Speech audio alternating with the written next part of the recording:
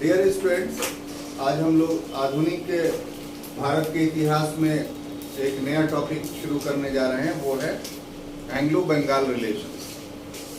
जैसा कि आपको पता है कि अंग्रेजों ने भारत में जो विजय अभियान शुरू किया, इसकी शुरुआत तो घटनाओं के आधार पर अगर आप देखें तो कर्नाटक से होता है, लेकिन प्रभाव के दृष्टिकोण से अगर आप देखें तो बंगाल से होता है। क्योंकि कर्नाटक की जो विजय किया था अंग्रेजों ने, उस विजय से उसको उतना आर्थिक लाभ नहीं हुआ कि उस आर्थिक लाभ के आधार पर वो संपूर्ण भारत में साम्राज्य का विस्तार कर सके। लेकिन बंगाल विजय जो हुआ, उससे उसको इतना अधिक आर्थिक लाभ हुआ कि यहीं के धन और यहीं के संसाधनों से अंग्रेजों ने संपूर्ण भारत को विजित करने में सफलता पाई। संपूर्ण भारत का अर्थ यह है कि भारत का 64% था। संपूर्ण भारत पर अंग्रेज कभी भी विजित नहीं, बल्कि 35-36% भाग पर जो है देसी रियासतों का ही कब्जा। तो इस कंटेक्स्ट में जो अंग्रेजों का विजय अभियान शुरू होता है, उसमें पहली कड़ी हमने चुना है बंगाल कि बंगाल में अंग्रेजों का विजय किस ढंग से हुआ। उसके लिए हेडिंग जो आपका है वो एंग्लो बंगाल रिलेशंस यानी आंग्ल बंगाल संबंध है। एक लंबा टॉपिक है, बहुत सारी घटनाएं इसमें हैं। हम सभी घटनाओं को पूरी तरीके से देखेंगे, उससे आपको पता चलेगा कि किस तरीके से एक छोटी संख्या में आए हुए अंग्रेज, छोटी का अर्थ ये हुआ कि एकदम न्यून, यानी खाने में नमक के बराबर उनकी संख्या थी, और उसके बावजूद भी वो भारत में सफल हुए। तो इसके लिए जो भारत की तत्कालीन राजनीतिक परिस्थितियां थीं, जो कंटेम्प्रेरी पॉलिटिकल कंडीशन था, वो बहुत हद तक उत्तरदायी। देखिए, इतिहास हमेशा समसामयिक होता है। इसका मतलब ये हुआ कि वर्तमान समय में जो घटनाएं घट रही हैं, अगर उन घटनाओं को इतिहास यानी भूतकाल से तुलना कर करके अध्ययन करें तो हम उसके समाधान में बहुत हद तक सफल हो सकते हैं। क्योंकि पूर्व में जो भी राजनीतिक परिस्थितियां थीं, उन्हीं राजनीतिक परिस्थितियों का लाभ उठा करके अंग्रेजों ने भारत को गुलाम बनाया। तो हम लोगों का ये दायित्व बनता है कि वर्तमान समय में वो राजनीतिक परिस्थितियां उत्पन्न ना हो। ये इतिहास से सीख लेकर के, इतिहास का उपयोग कर करके वर्तमान को मजबूत बनाने की आवश्यकता है, ताकि हमारा भविष्य जो है वो उज्जवल है। ठीक है, इसी कंटेक्स्ट में हम लोग आंग्ल बंगाल रिलेशंस का अध्ययन करने जा रहे हैं।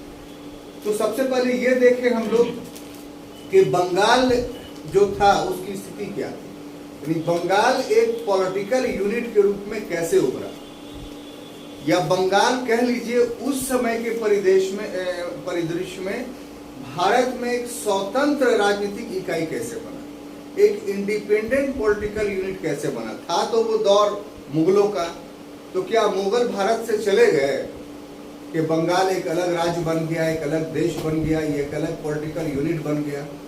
इन सारे प्रश्नों का उत्तर हम लोग इंट्रोडक्टरी क्लास में जो है, या इंट्रोडक्टरी सेक्शन में देखने जा रहे हैं। आपसे निवेदन है कि इसको गौर से समझने की कोशिश करें। देखिए साहब, जो 18वीं सदी का बंगाल,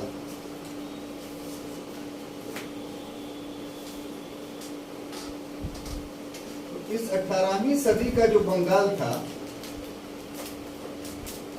वो वर्तमान बंगाल नहीं था, बल्कि इस बंगाल में वर्तमान का, अभी का अगर आप लें तो बांग्लादेश,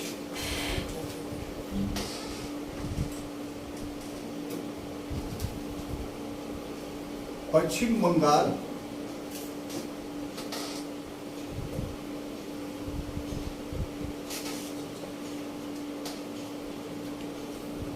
बिहार, उड़ीसा और उत्तर प्रदेश का बनारस खंड।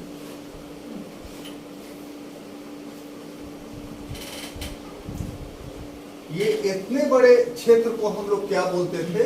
बंगाल। बंगाल। ठीक है। अगर इस संपूर्ण का देखें तो कुल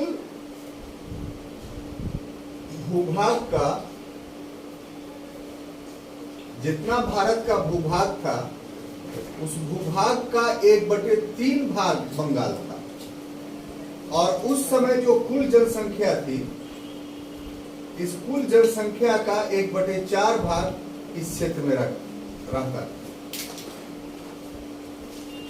और ये जो क्षेत्र था यानी कि बंगाल, ये बंगाल काफी समृद्ध था। भारत के संपूर्ण प्रांतों से या क्षेत्रों से ये समृद्ध था, प्रोस्पेरस था। और इस समृद्धि का जो कारण था वो ये दो, एक कृषि और दूसरा व्यापार। तो कृषि इसलिए क्योंकि यहाँ 3 फसलें पैदा होती थी, और व्यापार इसलिए कि हुगली इसका एक बहुत संपन्न बंदरगाह था। हुगली क्या था? और भी भारत में बंदरगाह थे, लेकिन 18वीं सदी का जो भारत था उसमें हुगली से अधिक जो है वो यातायात होता था, मतलब व्यापार होता था। अब देखिए, किसी भी राजनीति के सशक्तिकरण के लिए जो भौगोलिक परिदृश्य है वो बहुत हद तक उत्तरदायी होता है। बंगाल के साथ भी कुछ इसी तरह का हुआ कि बंगाल अगर उस समय के भारत को देखें तो काफी प्रोस्पेरस था। प्रोस्पेरिटी का सबसे पहला आधार जो था, जो पहला बेस था, कि संपूर्ण भारत का एक बड़ी जनसंख्या, एक बड़ा भूभाग उसके पास था। आज हम बंगाल बोलते हैं तो पश्चिम बंगाल सिर्फ, लेकिन जिस समय का बंगाल हम बोल रहे हैं उस समय का बंगाल सिर्फ पश्चिम बंगाल नहीं था, बल्कि आप गौर से देखिए तो इसमें जो वर्तमान बांग्लादेश है वो एक देश, उसका भाग था। फिर एक राज्य जो वर्तमान समय का है पश्चिम बंगाल, वो उसका भाग था। बिहार और उड़ीसा एक राज्य है, वो उसका भाग था। बनारस खंड जो उत्तर प्रदेश का है वो भी बंगाल के अधीन ही आता था। तो अगर कुल भूभाग को देखें तो कुल भूभाग संपूर्ण भारत का 1/3 था। और अगर जनसंख्या के हिसाब से देखें तो 1/4 जनसंख्या रहती थी। इसका मतलब कि जितना भूभाग है उसके अनुपात में जनसंख्या अधिक रह रही है। इसका अर्थ क्या हुआ? इसका अर्थ ये हुआ कि वो भूभाग जो है वो अच्छे अनाज के उत्पादन का केंद्र था, सेंटर ऑफ एग्रीकल्चर प्रोडक्शन था, इसलिए वहां जनसंख्या अधिक थी। तो ज्योग्राफिकली काफी मजबूत था बंगाल, ये पता चला।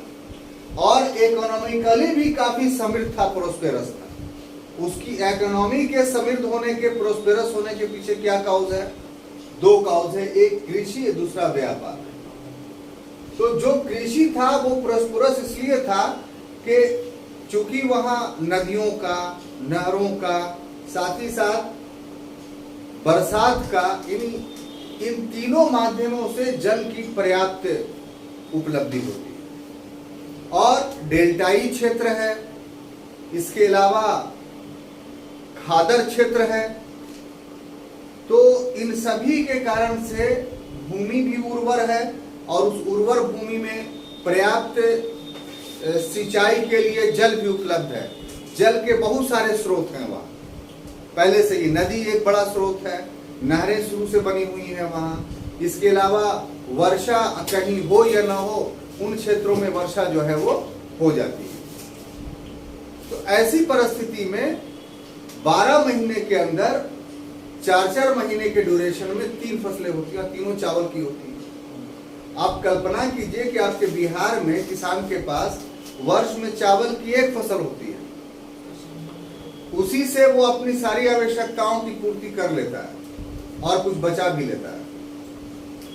अब बंगाल के किसान की स्थिति ये थी कि उसको 3 फसलें हो रही थी, इसका मतलब 2 फसलें उसके लिए अधिशेष था, सरप्लस था।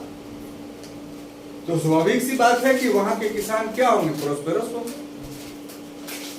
अब बंगाल में ये सब चीज भी शामिल था, बिहार का इलाका, उड़ीसा में भी वही क्लाइमेट था, वही परिस्थितियां थी, तटवर्ती क्षेत्रों में वहां भी अच्छा फसल होता था। बिहार का जहां तक बात है तो ठीक है, 3 चावल की फसलें नहीं होती थी, लेकिन एक चावल की और एक गेहूं की फसल हो रही है।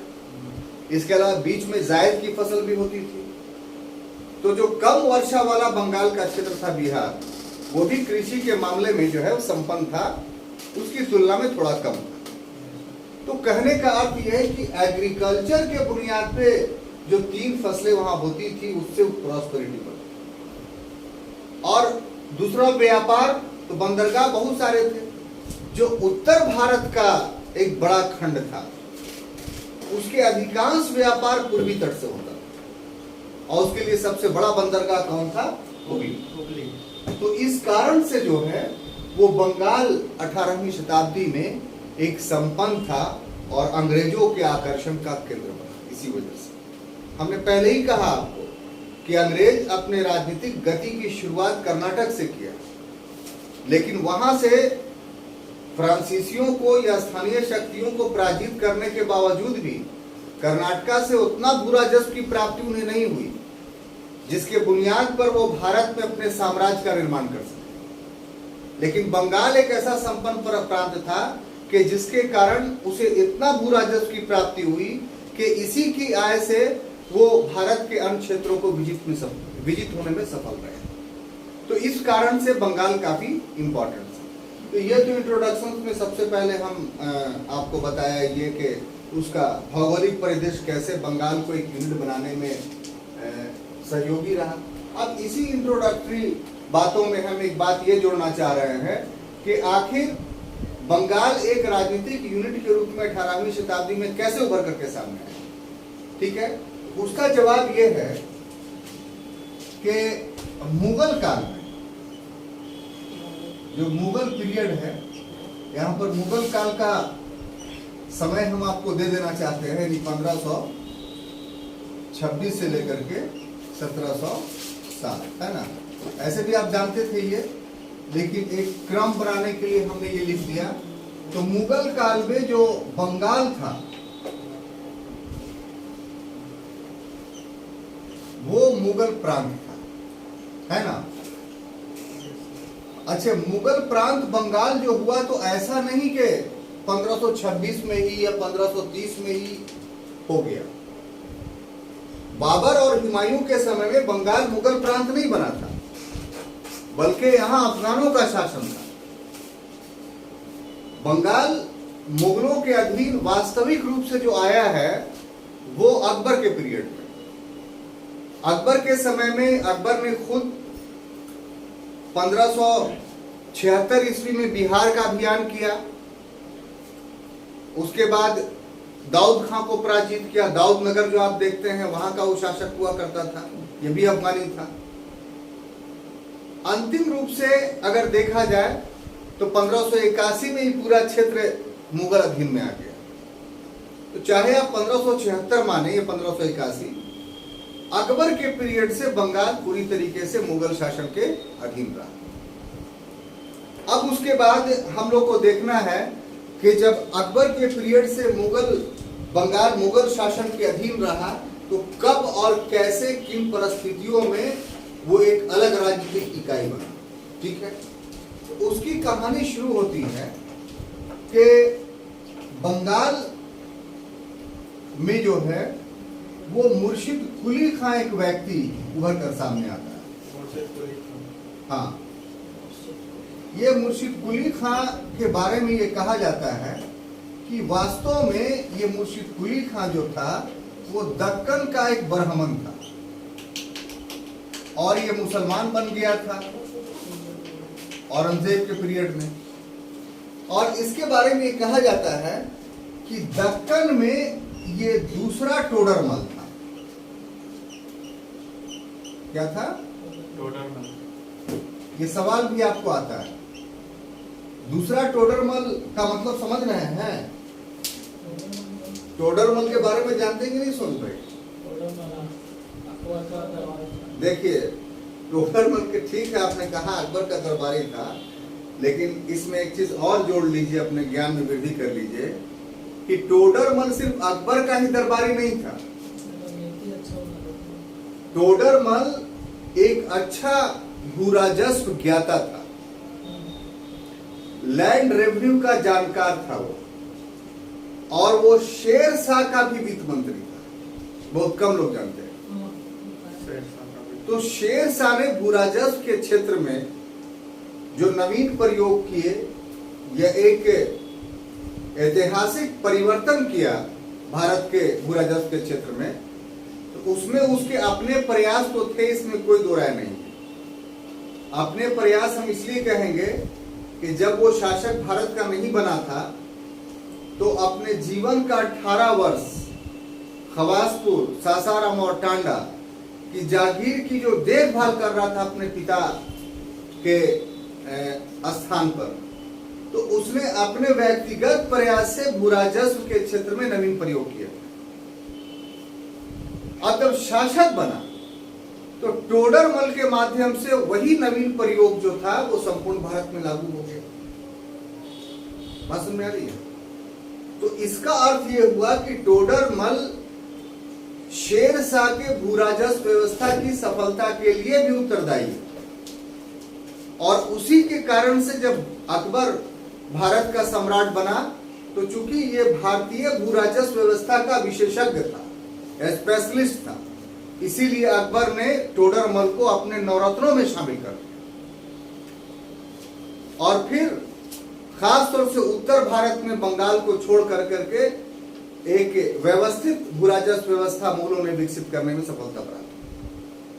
तो दक्कन में ये अभी तक नहीं हो पाया था, यहां पर आप ध्यान देने वाली बात। तो जब औरंगजेब बना शासक, तो मुर्शिद कुली खां दूसरा टोडरमल का अर्थ यह हुआ कि दक्कन के क्षेत्रों में भूराजस्व व्यवस्था का व्यवस्थित रूप से स्थापित करने वाला जो व्यक्ति था वो मुर्शिद कुली खां था।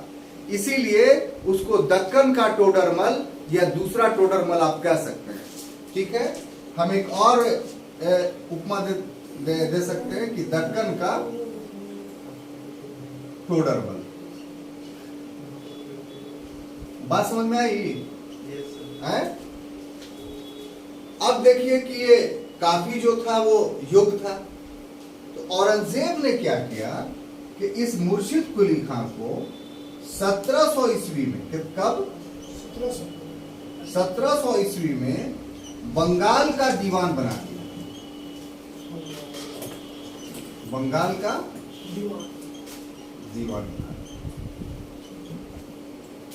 अब देखिए इसमें, यानी औरंगजेब ने 1707 में किसने बना दिया? औरंगजेब ने बना दिया। तो औरंगजेब ने इसको क्यों दीवान बना दिया? तो इसके पीछे कारण यह था कि आप देखिए कि औरंगजेब को अपने शासनकाल में बहुत आर्थिक समस्याओं का सामना करना पड़ा। आर्थिक समस्या का अर्थ क्या कि मनसबदारी व्यवस्था में संकट पैदा हो गया था। मनसबदारी व्यवस्था के संकट के कारण कृषि में संकट पैदा हो गया था। दक्कन के क्षेत्रों को, बीजापुर, गोलकुंडा को जो जीतने का प्रयास किया गया था, उसमें अधिक धन का अपव्यय हुआ था। कहने का मतलब है कि आर्थिक रूप से मुगल वंश जो था औरंगजेब के पीरियड में विपन्न हो गया, पहले की तुलना में समृद्ध नहीं रहा। तो अपनी आर्थिक कठिनाइयों को दूर करने के लिए मुर्शिद कुली खां को उसने बंगाल का दीवान बनाया। क्यों? क्योंकि ये काफी एक्सपर्ट है भूराजस्व वसूली के क्षेत्र में, तो वहां जाकर के जो है वो अधिक भूराजस्व की वसूली करेगा, और जो कमी भूराजस्व की हो गई है उसकी भरपाई हम बंगाल से कर देंगे। तो इस उद्देश्य से मुर्शिद कुली खां को जो है वो क्या बनाया? 1700 में दीवान बनाया। तो औरंगजेब मर गया, फिर भी ये बंगाल का दीवान रहा। दूसरा परिवर्तन क्या हुआ कि साहब इसमें के 1717 ईस्वी में फर्रुखसियर में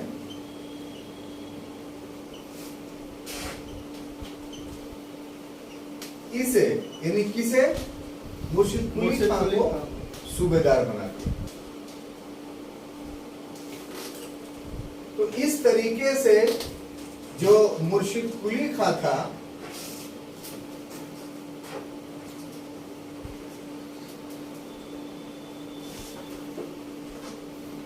सत्रह सौ 17 ईस्वी से अपनी मृत्यु तक, उसकी मृत्यु कब हुई साहब? तो 1728 ईस्वी, ठीक है ना।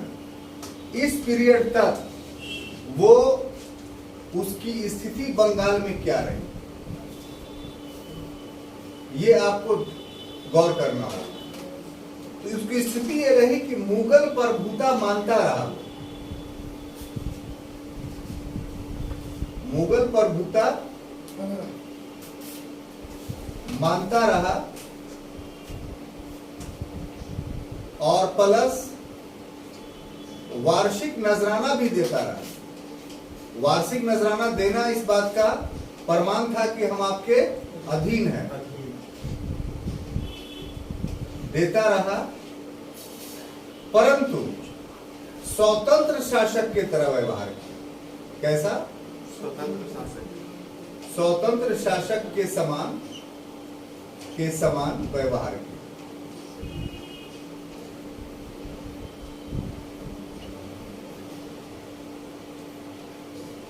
अब देखिए, ये जो स्टेटस है, ये ऐसे ही अनमने ढंग से पढ़ करके हम लोग आगे बढ़ जाते हैं, तो वो सही नहीं है। बल आपका मोबाइल,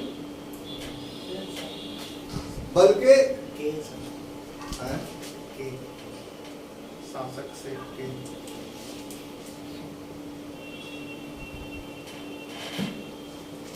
बल्कि यहाँ पर रुक कर करके जो परिवर्तन हो रहा है राजनीति के क्षेत्र में, पॉलिटिकल सिनेरियो के क्षेत्र में, उसको आपको समझना होगा।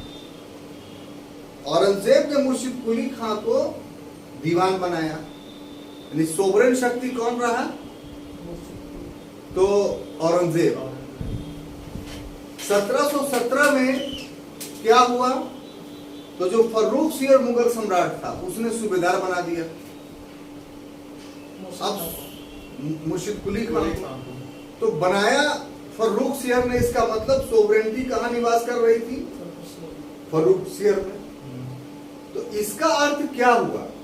इसका अर्थ यह ना हुआ कि जो मुगल पीरियड में या मुगल काल में जो व्यवस्था थी कि हर सूबा अपने यहाँ जो बुराजस की वसूली करेगा, तो उसको पूरा का पूरा अपना खर्च पूरा करके मुगल राजकोष में जमा करेगा और उसको इसका वार्षिक हिसाब जो है वो देना पड़ेगा कि इतना जो है बुराजस की वसूली ही है, इतना आय हुई, उतना आय में इतना मेरा खर्च हुआ और बाकी ये लीजिए आपका जमा हो।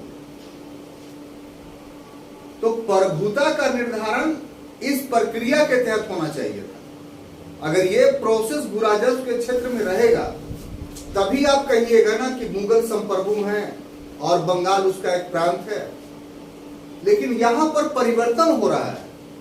परिवर्तन क्या हो रहा है कि अब बुराजस्व देने के स्थान पर नजराना दिया जा रहा है। ये जो नजराना शब्द है, ये इस बात को प्रमाणित कर रहा है कि अब बंगाल के परिवेश में मुगल संप्रभु नहीं रह गए। हालांकि मुर्शिद कुली खां मुगल प्रभुता को मान रहा है, लेकिन मुगल प्रभुता को मान रहा है ये उसकी मर्जी है। ये मुगल प्रभुता को मुगल शक्ति के कारण नहीं मान रहा है, मुगल शक्ति के कारण नहीं, यानी मुगल से डर कर करके नहीं, बल्कि ये काफी महत्वपूर्ण है। जो मुगल प्रभुता मानने का वो दावा कर रहा था, वो मुगल शक्ति से डर करके नहीं, बल्कि पूर्व से एक परिपाटी चली आ रही थी, उसका अनुसरण कर रहा था। एक लाज रख रहा था। वास्तविक बात क्या था कि प्रभुता यदि मानता तो भूराजस्व का वार्षिक हिसाब देना चाहिए था, और जो शेष था, जो जमा था, वो वहां जमा करना चाहिए था। हासिल जमा 2 शब्द का इस्तेमाल हमने किया था, याद होगा आपको, तो उस पर हम नहीं जाते। तो वो नहीं हो रहा है। एक ऐसा ही, हाँ आपको हम मानते हैं, लीजिए गिफ्ट ले लीजिए, बाकी सारा पैसा किसका हो गया? मुर्शिद कुली खान का। तो ये जो परिवर्तन हो रहा है 1717 ईस्वी या उसके पहले से, इसका मतलब क्या हुआ कि अब मुगल जो केंद्रीय शक्ति है वो पतनशील होने लगा और क्षेत्रीय शक्ति क्या हो गई? मजबूत होने लगी। क्योंकि धन अब कहां रह गया? तो मुर्शिदाबाद में रह गया, बंगाल में रह गया। धन जो है वो बाहर नहीं आया, यानी मुगलों के पास नहीं गया। तो ये परिवर्तन था, और इसीलिए हमने कहा कि वो स्वतंत्र शासकों के समान व्यवहार करने लगा। तो ये दोनों एक दूसरे के विरोधी हैं। अगर प्रभुता मानता है तो स्वतंत्र नहीं रहेगा, अगर स्वतंत्र शासक का है तो प्रभुता नहीं मानेगा। तो ये संप्रभुता के क्षेत्र में द्वंद्वात्मक स्थिति जो बंगाल में बनी, ये ट्रांसफर ऑफ पावर को इंगित कर रहा है कि शासन की शक्ति परिवर्तित कर रही है। अभी पूर्ण रूप से परिवर्तित आगे चल के करेगी। यहां से सत्ता का जो शक्ति होता है वो दिल्ली से ट्रांसफर होना शुरू हो गया, कहां? मुर्शिदाबाद। और इससे क्या हुआ? तो क्षेत्रीयता का उदय हुआ।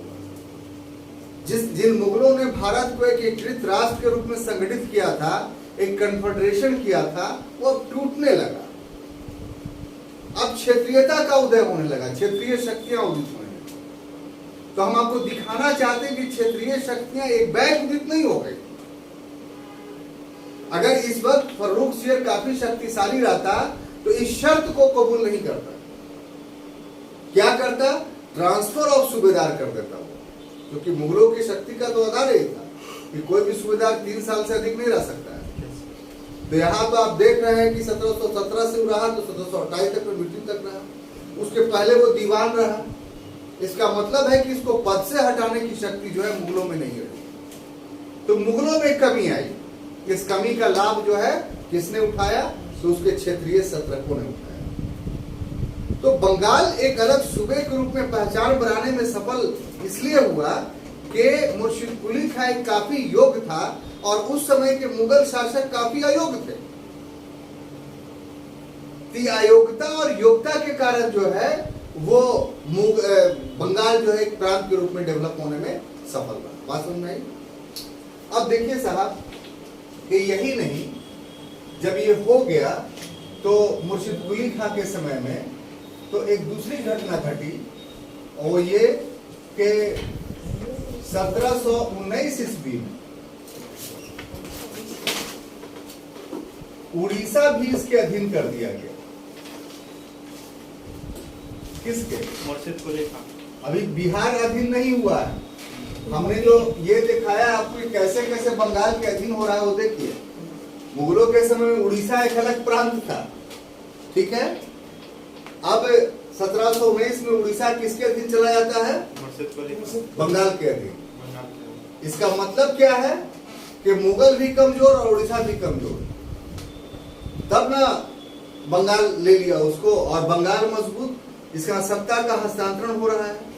अब देखिए साहब कि अगला जो इसका सारा विवरण हम दे रहे हैं आपको, मुर्शिद कुली खान का जो शासन काल है उसका।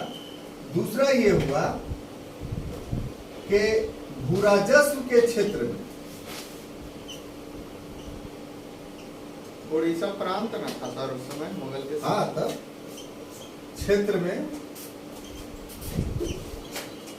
सुधार किया। सुधार क्या क्या है मुर्शिद कुली खान का? देखिए यहाँ पहला सुधार यह है कि अबवाब नामक कर की वसूली की। अबवाब कर की वसूली की। सब बता रहे, घबराइए नहीं। उसके बाद खिजरी जमा कर की वसूली।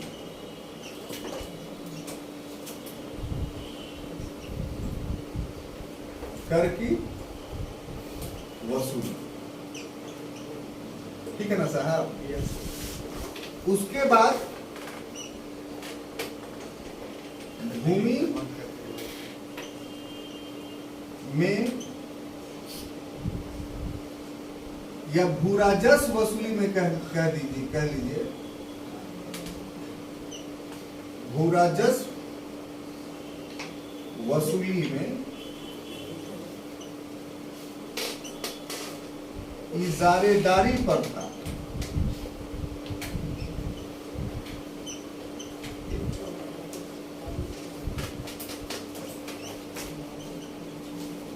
की शुरुआत किया। देखिए, जैसा कि मैंने आपको कहा कि औरंगजेब ने मुर्शिद कुली खां को जो बंगाल भेजा था, वो इस उद्देश्य से भेजा था कि मुर्शिद कुली खां हमारे लिए अधिक भू राजस्व की वसूली करके देगा। तो मुर्शिद कुली खां इसमें सफल रहा, लेकिन डिफरेंस क्या हुआ कि जो भेजना चाहिए था वो नहीं भेजा, बल्कि अपने पास हड़प किया। तो इसका परिणाम क्या निकला कि शक्तिशाली बंगाल हो रहा है, कमजोर कौन हो रहा है? केंद्र हो रहा है। केंद्र को कमजोर। तो ये कैसे हुआ? वो काफी योग्य था, जिस चीज के लिए डिप्यूट किया गया था उसको बंगाल में, वो बड़ी सफलता पूर्वक कर रहा था। कैसे? आप देखिए, भूराजस्व में क्या अबवाब कर की वसूली। अबवाब कर का अर्थ होता है अतिरिक्त कर, बकाया कर। यानी एक तो भूराजस्व जो है वो फिक्स है, कितना आपको देना है, इंटरेस्ट बोल सकते हैं। अपने कुल उपज का जो है 1/3 भाग से लेकर के 1/2 भाग तक, हर जगह अलग अलग ये था, तो वो तो देना ही है आपको। इसके अलावा और भी बहुत सारे अतिरिक्त कर थोप दिए थे, तो वो सभी के सभी अबवाब के अंतर्गत आते हैं। जैसे अभी वर्तमान समय में चल रहा है कि हर चीज पे टैक्स। तो इससे क्या हो रहा है? पहले आप बालू आपने देखा था, बालू। अब बालू अभी वर्तमान समय में बिहार सरकार की आय का एक बहुत बड़ा स्रोत हो गया। यहां पर आप देखिए, किसी वस्तु के मूल्यों में कमी या वृद्धि शासन की नीतियों के कारण होता है, यूं ही नहीं बढ़ जाता। एक समय था, शायद आप लोग को याद हो या नहीं, लेकिन हम लोग कहते थे कि बालू जो है वो मूल्यहीन चीज था। 90 रुपए ट्रैक्टर बालू पहुंचा दिया करता था। और म्युनिसिपैलिटी जो है वो, या बाद में चल करके तो खनन विभाग उसका ठेका देता है। पहले जो स्थानीय शासन था वो एक नॉमिनल चार्ज लेकर के ठेका किसी को दे देता था, और जो ठेकेदार है अगर आपसे उससे अच्छा रिलेशन है तो ऐसी जान ले जाना बालू, खाली डीजल भाड़ा दे दिया। और गांव देहात के लोग बालू खरीदते नहीं थे अपना मकान बना। कहीं पर से नदी है, अपना गए उठा करके लेकर के चले। अब सरकार ने क्या किया भाई कि बालू के घाटों की नीलामी सिस्टम कर दी, और उसमें क्या कि एक ट्रैक्टर अगर निकलेगा तो 2000 रुपया सरकार लेगी। अब जैसे ही यह है कि एक ट्रैक्टर निकलने पर 2000 सरकार लेगी, तो क्या हुआ? वो बालू का रेट एक बैग जो है वो 3000 रुपये और 4000 रुपये। तो ये हम एग्जाम्पल इसलिए दे रहे हैं कि किसी भी चीज के मूल्यों में वृद्धि सरकारी नीतियों के कारण होती है। और बिहार सरकार ने ऐसा क्यों किया? इसलिए किया कि झारखंड के अलग हो जाने के बाद जो है उसके राजस्व में बहुत बड़ी कमी आ गई। तो उस कम हुए राजस्व की पूर्ति क्या किया जाए? तो नए नए साधन तलाश किए गए। शासकों को कभी पैसे की जरूरत थी तो लोगों के विवाह पर कर लगा दिया कि शादी करोगे तो टैक्स देना पड़ेगा। भैया शादी करने में आप कौन सा सहयोग कर रहे हैं कि टैक्स लीजिएगा? लेकिन ऐसा भी इतिहास में होता है। तो ये शासन की शक्ति है कि अपने आय में वृद्धि करने के लिए जो है वो नाना प्रकार के करों को लगाती है। वही मुर्शिद कुली खां ने किया। हम कंटेम्परेरी एग्जाम्पल देखिए साबित करना चाहते हैं आपको। अब देखिए, कलकत्ता जाएगा तो पेशाब करने पर भी टैक्स है, पता है कि नहीं आपको? Yes sir. मतलब रेलवे स्टेशन पे नहीं, कहीं पे अगर आप कलकत्ता में कहीं पकड़ा गए रेलवे स्टेशन जहां तहां पेशाब करते हुए, तो सीधा 50 रुपया का रसीद आगे काट देगा। और अगर आप पेशाब खाना जहां बना वहीं पर जाके कीजिए और करने जाइएगा आप, तो आपको वहां पैसा लेगा। तो ये परिस्थिति के अनुसार कर लगते हैं, ये कोई इसको गलत तरीके से देखने की आवश्यकता नहीं है। समसामयिक शासन को ऐसा अनिवार्य लगता है तो वो ऐसा टैक्स इंपोज करता है, हम ये समझाना चाह रहे हैं आपको। इसी खिजरी जमा क्या था, अब देखिए कि जब केंद्रीय सत्ता कमजोर होती है ना, तो प्रांतीय क्षेत्रीय स्थान पे जो अधिकारी होते हैं, अधिकारी तो हर काल में रहेगा, तो वो मालामाल हो जाता है। मालामाल कैसे हो जाता है? भ्रष्टाचार करके। क्योंकि देखता है कि ऊपर देखने वाला अब कोई नहीं रहा, हमारे ऊपर प्रभावशाली नियंत्रण अब नहीं है, तो जितना चाहो माल कमा लो, क्योंकि कोई नियंत्रण, कोई निगरानी नहीं कर रहा है। जब मुर्शिद कुली खां बना तो इस बात को जानता था वो कि हमारे अधीन जितने मुगल अधिकारी हैं, जो ऑफिसर्स हैं, उन्हें खूब माल जमा कर रखा है, तो अपने अधिकारियों पर उसने खिचड़ी जमा टैक्स लगा दिया। यानी जितना तुम्हारे पास पैसा है उस पर टैक्स, तो तब ये वैलिड होगा। आधुनिक के काल में भी भारत सरकार ने एक बार किया था कि सोना गिरवी रखो योजना चलाया था, याद है? तो उसमें क्या था भाई कि जिसके पास भी सोना, ब्लैक सोना है, ब्लैक सोना तो सुनहरा होता है, लेकिन ब्लैक सोना का मतलब होता है कि गैर कानूनी रूप से आप रखे हुए हैं, तो इसको कानूनी बनाना चाहते हैं तो उस पर टैक्स दे दीजिए, वो आपका लीगल हो जाएगा।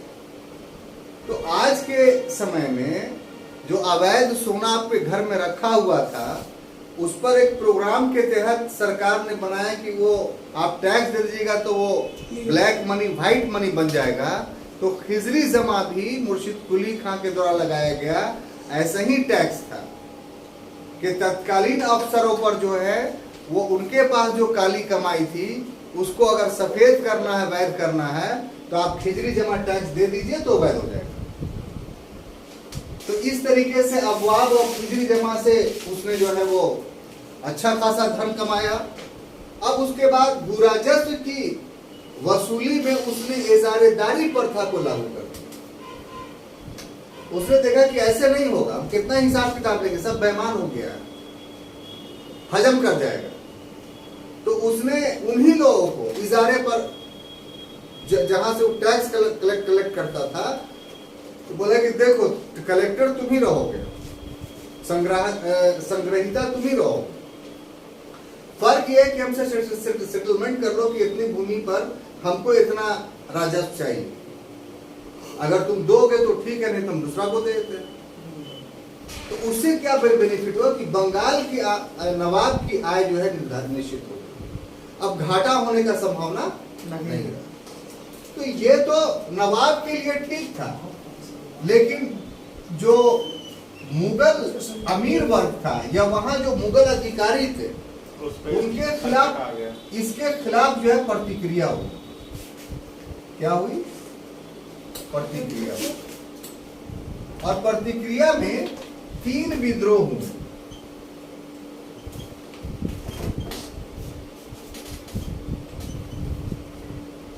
सुजात खां का, निजात खां का और गुलाम हुसैन का।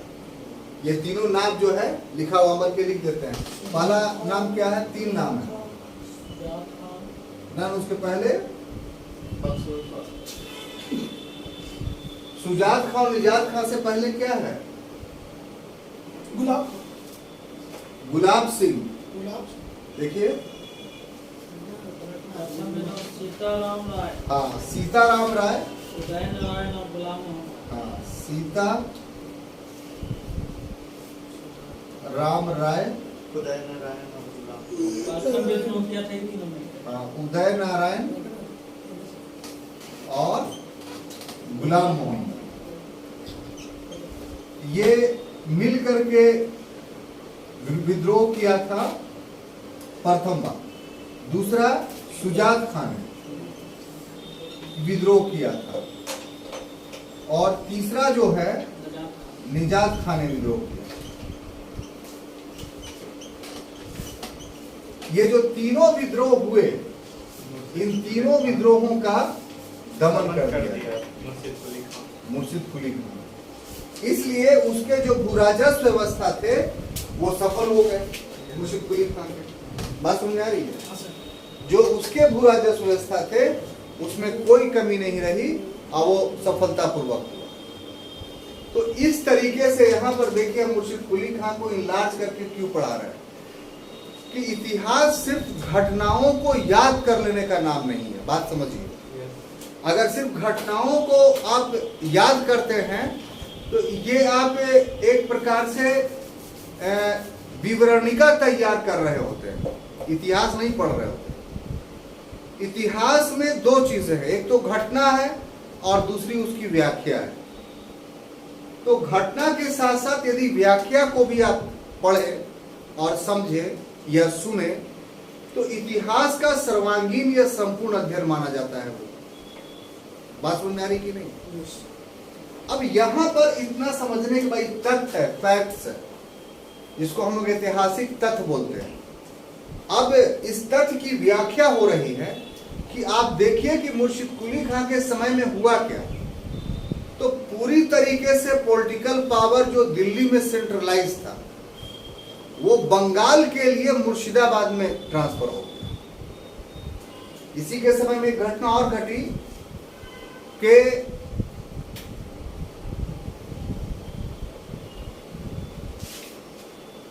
मुर्शिद कुली खान ने अपने आप को मुगल प्रभाव से बचाने के लिए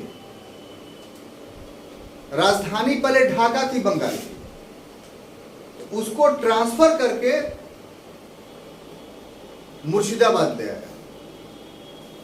मुर्शिदाबाद उसी के नाम पर रखा गया क्योंकि उसका नाम मुर्शिद था, तो मुर्शिदाबाद। उसके पहले उसका नाम मकसूदाबाद था।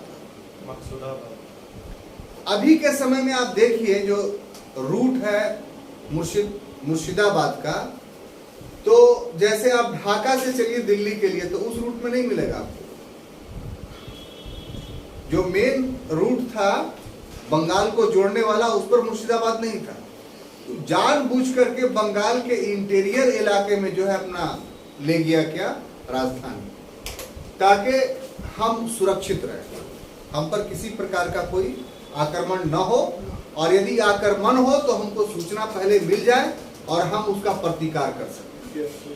तो राजधानी परिवर्तन के ये भी जो है कारण था।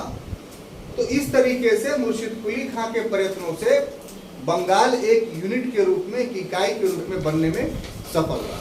क्लियर? अब देखिए साहब कि 1728 है ना, तो 1728 में क्या हुआ कि मुर्शिद कुली खान की मृत्यु हो गई।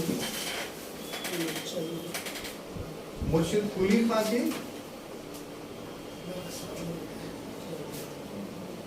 क्या हो गई, मृत्यु हो गई। ठीक है ना। अब जब मुर्शिद कुली खान मृत्यु हो गई तो इसके बाद इसका दामाद था, इसका कोई पुत्र नहीं था, इसका दामाद था शुजाउद्दीन। हाँ, तो शुजाउद्दीन जो है अगला नवाब बना, और शुजाउद्दीन ने जो शासन किया वो 1728 से लेकर करके 39 ईस्वी तक। ठीक है। इसके काल की घटना देखिए। अब सत्ता बंगाल की पूर्ण रूप से स्थापित हो गई। ठीक है। इसके काल में जो, इसके दामाद के काल में जो घटना घटती है उसमें सबसे महत्वपूर्ण घटना यह था कि 1733 ईस्वी में बिहार को बंगाल का अंग बना लिया जाता है। बिहार बंगाल के अधीन हो। ठीक है ना। 1733 से के पहले बिहार एक अलग यूनिट था, बंगाल के अधीन नहीं था। बिहार बंगाल के अधीन कब किया तो 1733 में किसके पीरियड में? शुजाउद्दीन के काल में। सुजाउद्दीन के काल में, सुजाउद्दीन। तो ये सब बाईपास कीजिएगा तो पढ़ने में मजा नहीं आएगा, इसको समझिए। और इसके पीछे बहुत सारे परिवर्तन हुए, उसको भी देखिए आप। अब जब ये हुआ तो शुजाउद्दीन ने क्या किया?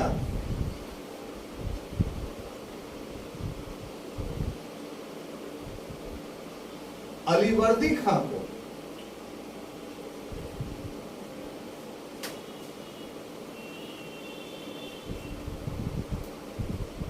बिहार का दीवान बना दिया।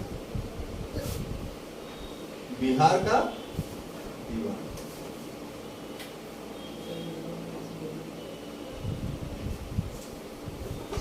बाकी शासन मुर्शिद कुली खां के द्वारा बनाए व्यवस्था के तहत चलता रहा, लेकिन शुजाउद्दीन के काल में जो महत्वपूर्ण घटना घटी, जिसके वजह से मुर्शिद कुली खां का परिवार या वंश समाप्त हो गया, वो ये दो घटनाएं थी। ठीक है, उसमें था कि अगर बिहार नहीं मिलता बंगाल में तो हो सकता था बंगाल की तस्वीर दूसरी हो। बिहार का बंगाल में मिलना मुर्शिद कुली खां के वंशजों के लिए अभिशाप बन गया। कैसे? वो समझिए कि जैसे ही बिहार बंगाल का के अधीन हुआ तो बिहार की देखभाल करने के लिए उसने अलीवर्दी खां को यहां का दीवान बना दिया। दीवान का मतलब टैक्स कलेक्ट करके भेजे वहां। बात समझ में आ रही है? अब देखिए, उस समय के जो बिहार की परिस्थितियां थी, वो बिहार का से एक रोड जा रहा है बड़ा जैसा, उसी के इर्द गिर्द का एरिया ना शासन के प्रभावाधीन होगा। बहुत सारा इंटीरियर क्षेत्र ऐसा था कि जहां पहुंच काफी मुश्किल थी। मुगलों ने यहां जागीरदारी व्यवस्था के माध्यम से कंट्रोल रखा था, तो इस ढंग से बिहार में बहुत सारे छोटे छोटे जागीरदार पैदा हो गए थे। तो अलीवर्दी खां का जिम्मेदारी जो था, इन जागीरदारों पर प्रभावी नियंत्रण करके भूराजस्व की वसूली करना। बात समझ आ रही है? यहां पर एक घटना घटता है जो आपको बताते चले, आमतौर पे ये नहीं बताया जाता है, क्योंकि आप गया के रहने वाले हैं तो आप जानिए इस बात को कि टिकारी राज्य का जो आप नाम सुनते हैं, जो आपके बगल में टिकारी है, इसकी बुनियाद इसी समय पड़ी। टिकारी रियासत कैसे? कि अलीवर्दी खां जब यहाँ का दीवान बना तो उसको यहाँ के जागीरदारों से संघर्ष करना पड़ा। दीवान का मतलब वो उसके पास सेना भी थी, तो यहाँ के जागीरदारों से संघर्ष करना पड़ा। तो उस संघर्ष में दो भाई थे, उसका नाम हम भूल रहे, मेरे पास वो बुक है, बोलिएगा दे देंगे आपको पढ़ने के लिए, जो यूपी से आए थे, भूमिहार जाति से संबंधित। और उन लोगों ने अलीवर्दी खां की बहुत सहायता की। तो अलीवर्दी खां के द्वारा ही बड़गांव एक जगह है टिकारी के तरफ, वहां उनको उप जागीरदारी दी गई, यानी अपने जागीर में से, उसका जागीर तो पूरा बिहार था, वही दो भाइयों के द्वारा उदित रियासत थी, था टिकारी नरेश। तो टिकारी नरेश, ये टिकारी का जो राजा था, वो एक्चुअली में अलीवर्दी खां के अधीन राजा था, उप राजा था। और उसका बुनियाद किस समय पड़ा? तो इसी समय। अब देखिए, अलीवर्दी खां यहाँ का दीवान था, तो इस तरह के जागीरदारों से मित्रता करके अलीवर्दी खां ने यहाँ एक अपनी शक्ति बना ली, और वो इतना ज्यादा शक्तिशाली हो गया कि बंगाल के नवाब से भी ज्यादा शक्तिशाली हो गया अलीवर्दी खां। ये दो कृत्य से ये हुआ कि शुजाउद्दीन ने अपने पैर में कुल्हाड़ी मारी। अगर वो अलीवर्दी खां को दीवान नहीं बनाता तो फिर उसके वंश का पतन, मुर्शिद कुली खां के वंश का पतन नहीं। अब देखिए साहब कि 1739 ईस्वी, तो 1739 ईस्वी में क्या हुआ साहब कि शुजाउद्दीन की मृत्यु हो गई। शुजाउद्दीन की मृत्यु हो गई, और इसकी मृत्यु के बाद कौन बना अगला? इसका पुत्र था। ये सभी रिलेशंस भी देखिए, समझ करके चलिए। सरफराज खां, आपको इस बात का होगा डर कि हमको याद नहीं होगा। आप गौर से देखिए, सारा चीज याद होता हुआ चल रहा है कि नहीं। एक हुआ स्पीड में चलना। स्पीड में चलने से क्या होता है स्टूडेंट्स को कि ठीक है, क्लास तो पूरा हो गया, कोई दिक्कत नहीं है, लेकिन एक मेमोराइज करने का जो तरीका है वो नहीं हो पाता है।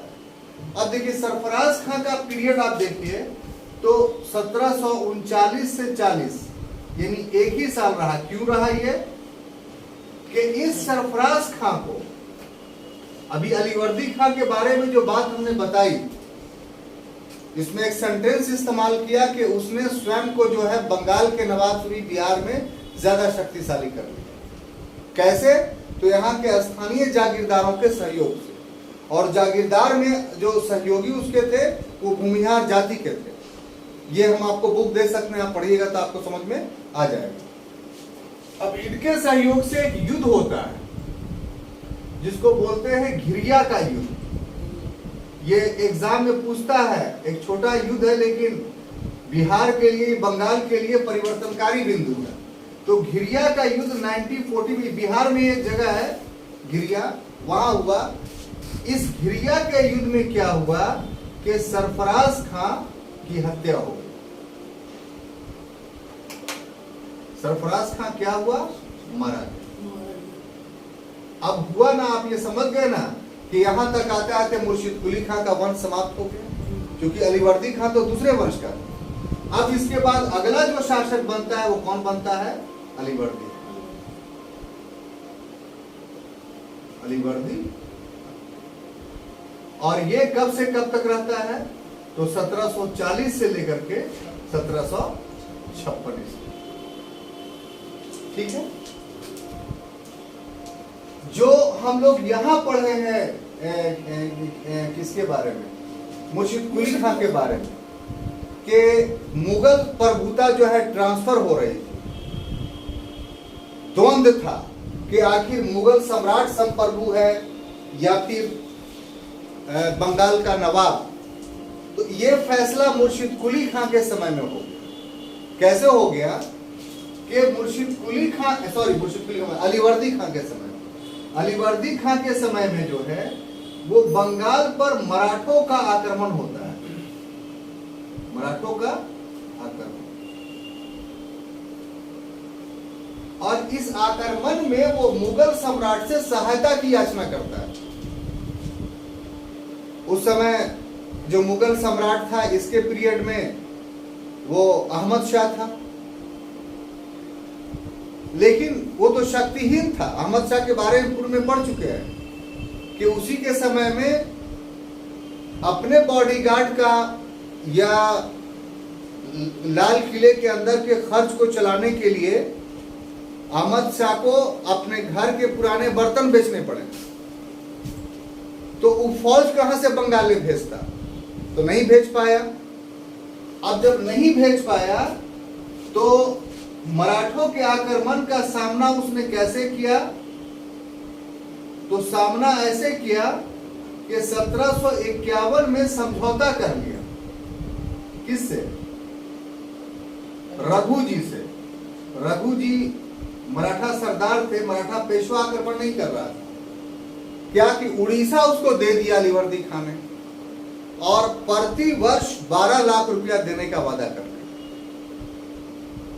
तो इस कारण से अब जो दूसरा परिवर्तन हुआ इस घटना के कारण, वो मुगलों को राजस्व देना, या कह लीजिए कि मुगलों को नजराना देना जो है बंद कर दिया। तो अब इसका अर्थ क्या हुआ कि मुर्शिद कुली खां या बंगाल का नवाब अब पूर्ण रूप से संप्रभु हो। अब बंगाल बजाते तौर पे कह लीजिए एक देश बन गया, एक राज्य बन गया। तो अब आपको समझ में आई कि बंगाल किस प्रकार से एक रियासत बनने में सफल रहा 18वीं शताब्दी में। तो ये वो चीजें थी जो आपको हमें बतानी थी। अब अगले क्लास में हम लोग मिलेंगे, तो इसके बाद का जो बंगाल का घटना है उसका अध्ययन करेंगे। तब तक के लिए धन्यवाद।